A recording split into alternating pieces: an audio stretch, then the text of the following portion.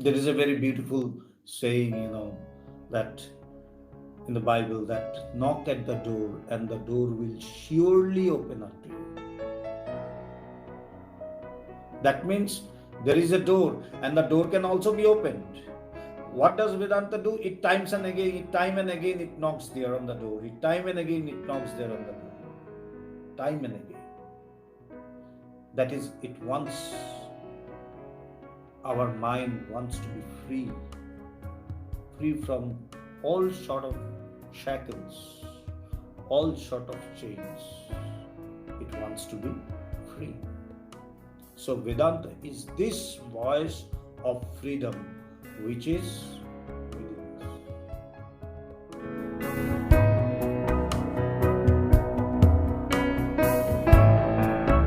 So Vedanta is said to be the voice of freedom. It is actually the voice of freedom which is within us.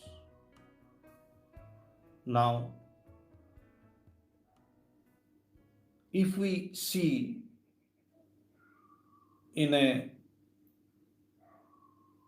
with a deep insight, or if we give a little insight into us, then we will see that inside us there is something which always wants to go against the nature. But remember, by the word nature, I don't mean to say the nature we know, this trees and plants and rivers and all other living species. It's not that nature. In us, we also have a nature in ourselves. So Vedanta's always, or this internal freedom within us, it always wants to go against this nature. And what is the nature which is within us? The nature which is within us is our mind. It is said mana, buddha, chitta, ahankar. These are also the nature which is within us. What are the four things? Manas, that is mind. Buddhi, that is the intellect. Chitta, that is the mind stuff which feels the pain, the sorrow, the enjoyment, the happiness. That is known as chitta. And then ahankar, the ego. These are the four nature which we have within us. And what does Vedanta, or what does this, our internal freedom, this does? What does it say? It always wants to go against this. It always wants to go against this. Because, for example, with our mind, let us begin with our mind. This mind of ours, it is ever restless. It is said to be a ever restless mind. Now, there is something, and it is always limited. We think that the mind may be unlimited, but it is not actually. The mind is always limited. Now, what happens is that we will see in us there is something which always wants to expand, which always wants to grow, which always wants to go beyond, to know something which we don't know. There is a inquisitiveness in us, or there is something which always inspires us to go beyond what we know. This happens, and we all know that. So the nature of mind is limited. The nature of mind is that it is ever restless. But that freedom, voice of freedom within us, it always wants to go against it. It always wants to know the unknown. It always wants, to be free from this limitedness. I think I can make you, or I can tell you a beautiful example of this, that regarding this situation which we are having right now, this lockdown and everything. We have been interacting with many people, and as we are monks, we are sannyasin, so there are many people who interact with us, who talk with us, you know share their feelings with us. So many of them were complaining that, Swamiji, in my house, maybe my wife, or maybe my relative, some, or some blood relation, or anyone, who was very quiet in their usual day activities, and they were not going out too much in from their home. And before this lockdown period, they were not going outside, and they were quiet with themselves, cooking or doing household activities. But the moment this was announced that we have to confine ourselves to our home for 14 days, 21 days, the desire in them to go outside has increased. But that person was willingly staying at home before this. Why? It's a very important thing. Many have said this is because when I was not going out of my house, when I was not going outside before the lockdown, it was my own decision. I decided it. It was my desire not to go outside. But the moment it was decided by someone else that I am not allowed to go outside, my mind revolted and it wants to go outside. This is the mind, and this is the freedom that we have. The desire to be free.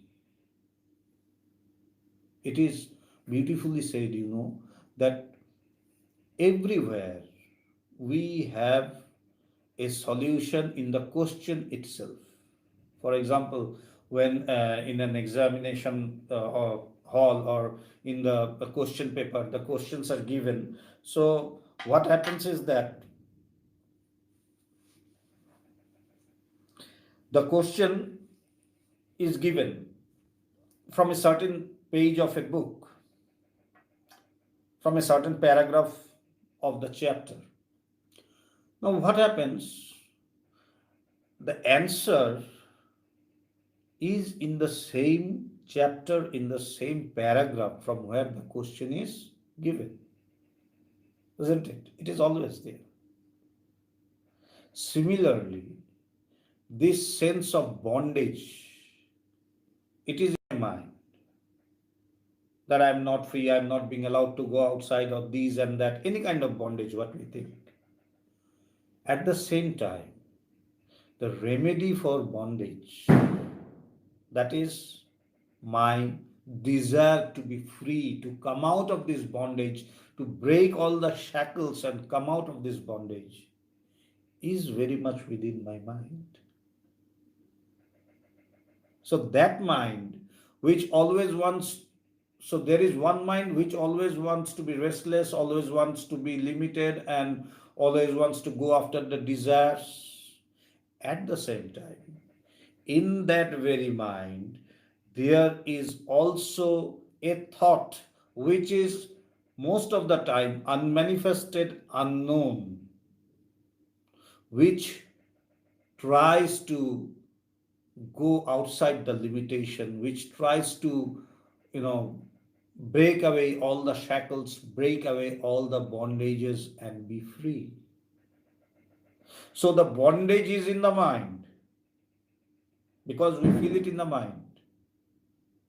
And at the same time, the solution for the bondage, that is freedom or liberty, it is also in the mind itself. So Every time we have this desire, to uh, at times we say, in our household activities, or in at times we say, I don't like these things anymore. I want to be free. I want to be free. So why? Because there is a freedom inside us. But as we don't know that ultimate freedom, we go after this small fragmented freedom. But this fragmented freedom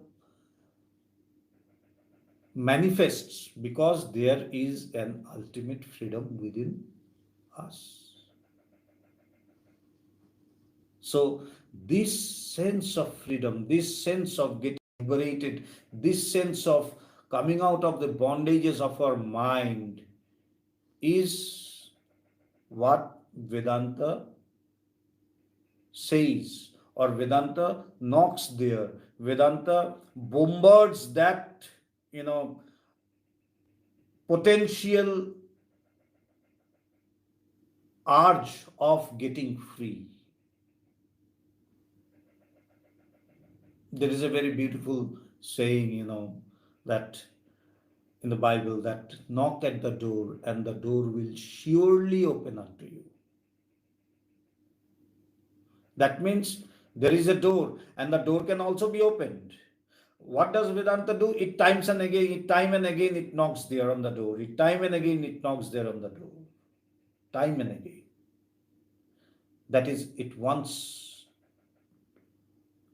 our mind wants to be free, free from all sort of shackles, all sort of chains. It wants to be free.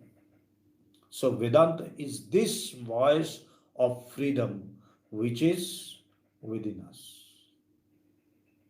Now, why do we want to be free? What will be the use?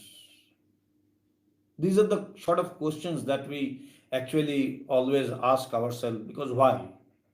Okay, this is what it is there, but why? Why shall I go after freedom? Why shall I go to myself, cross all the limits of my mind and everything? Why?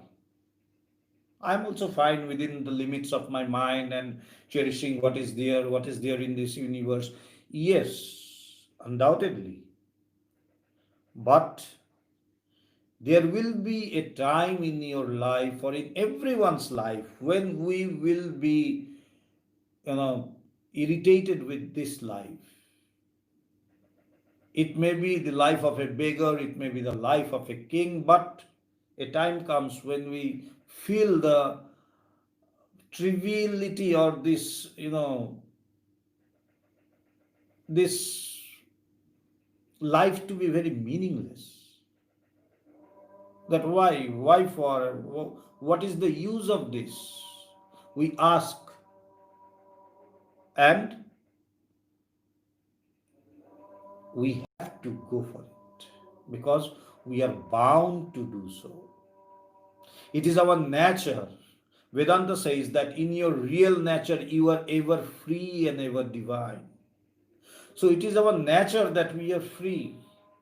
So we cannot help but pursue this liberation, but pursue these salvations. We cannot help it.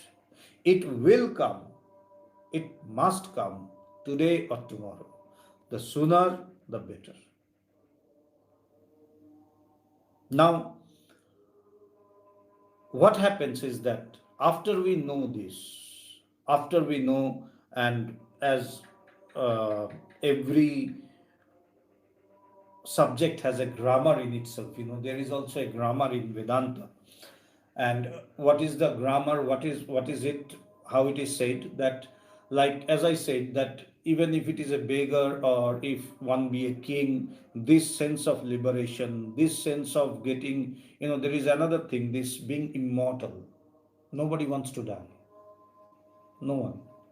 You try to kill an ant, just crush it. It's just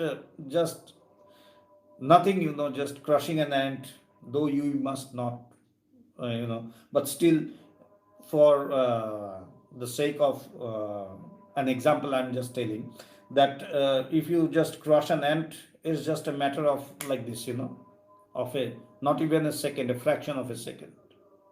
But if we go and if we miss somehow, we will see that the ant is trying to escape its death. Why? Because there is unknowingly this sense of being immortal. Unknowingly, this sense of being immortal. So, we have these things in us and they will manifest. They will manifest in us. This sense of freedom, this sense of uh, being immortal. And then the question that why it is, why shall we go after liberation, why shall we know that we have to die, then what is the meaning of all these things? There is no meaning. But still, it will come. It will come because the nature will reveal itself someday or the other. And as I said, the sooner, the better.